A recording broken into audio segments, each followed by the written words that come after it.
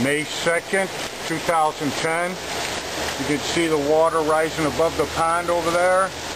And look at the creek here. It's hitting the top of the creek. Water not in the house, but over by the garage. As you can see, the creek overflowing. This is a view from the dining room area, looking out at the pond and beyond. And now we'll go outside. Here's the front of the house. As you can see, some wash, and then the flow down the driveway. Neighbors across the street. Water rushing down.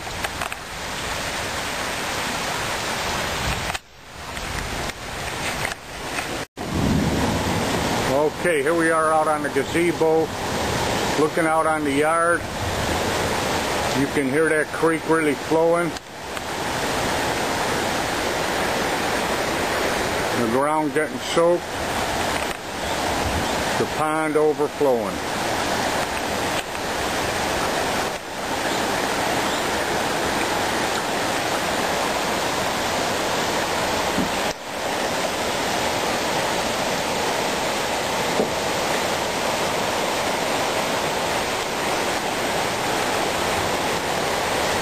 Hey, there's our topsy-turvy tomato.